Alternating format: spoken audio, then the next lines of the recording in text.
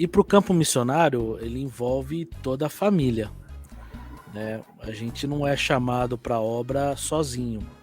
Então, o marido, a esposa, os filhos têm que estar envolvidos. Vocês já falaram um pouquinho como é que foi o chamado de vocês e, pelo que eu entendi, foi algo que vocês compreenderam juntos que Deus estava chamando vocês.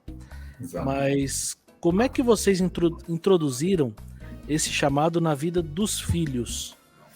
A gente vê que a Maitê e o Bernardo estão envolvidos, às vezes, né, vendendo pano de prato para ajudar nas missões, tudo. Como é que tem sido o envolvimento deles? Como é que eles compreenderam esse chamado na vida de vocês?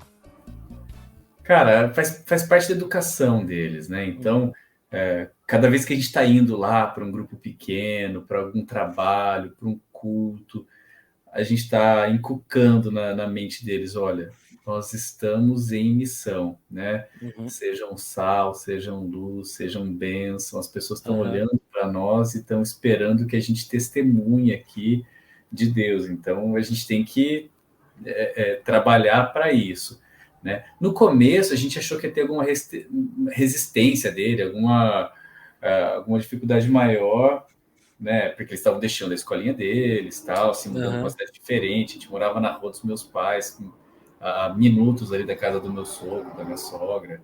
E hoje, apesar da gente estar próximo, né? Campinas está 1h30 de São Paulo. Antes estava a 2 minutos. Tem alguma distância aí.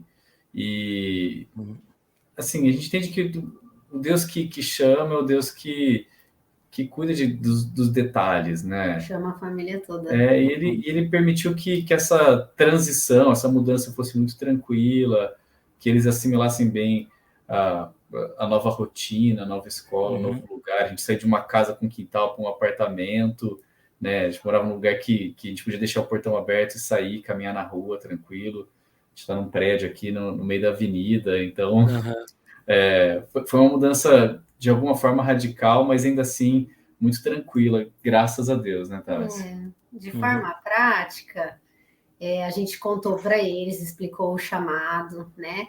E graças a Deus, Deus nos fez educá-los sempre na igreja, dentro da igreja, sempre indo na casa de todo mundo e sempre entendendo essa questão. Então, não foi um baque para eles entender que o Senhor trabalha nas nossas vidas para a gente fazer essa mudança, né? Então, eles já tinham isso, né? Eu acho que isso é importante na hora de educar os nossos filhos, que a gente nunca sabe, né?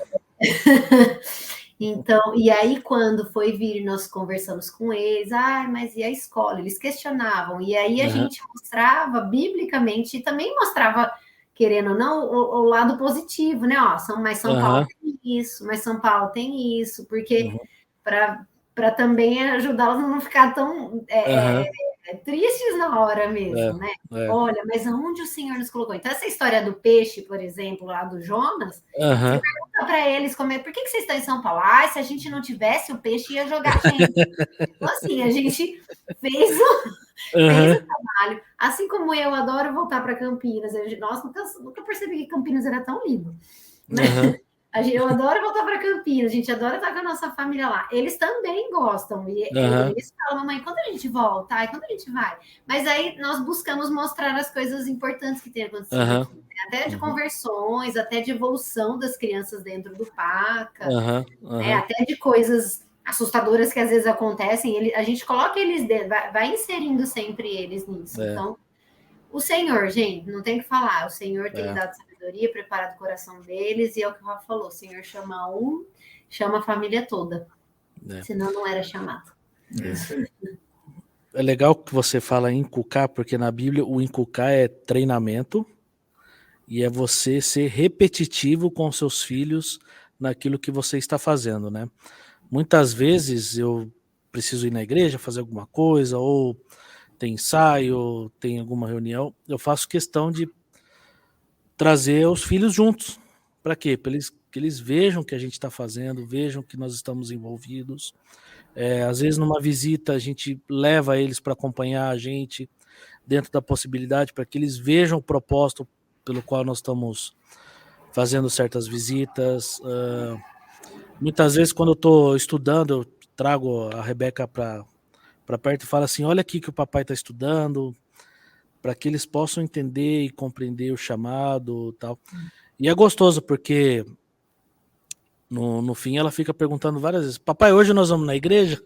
Mas, Então é interessante a gente sempre reforçar os papais que envolver os filhos nunca é em vão, né? E eles vão ensinar crescer no com essas caminho, marcas. né, de provérbios, a gente tem que É, fazer eles caminharem junto aqui com a gente, né, pois a é, caminhada cristã, então... pois é. Agora, quem está envolvido apenas no contexto da igreja local, mas não está envolvido diretamente com a obra missionária, talvez não tenha ideia das implicações que é se envolver diretamente com o campo missionário, né? No caso, quando a pessoa vai para um outro país, você tem que levar uma família inteira daqui para um lugar no estrangeiro totalmente diferente. E tem implicações, tem desafios, tem obstáculos.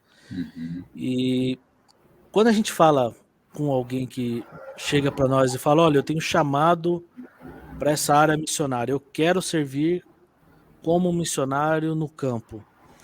Na experiência de vocês, o que essa pessoa tem que considerar antes de ir para o campo missionário? Convicção. A gente brinca que a agência, ela testa a nossa convicção. Então, a formação nem é rápida, né? E eu acredito que não deva ser mesmo, porque a gente é constantemente provado, né?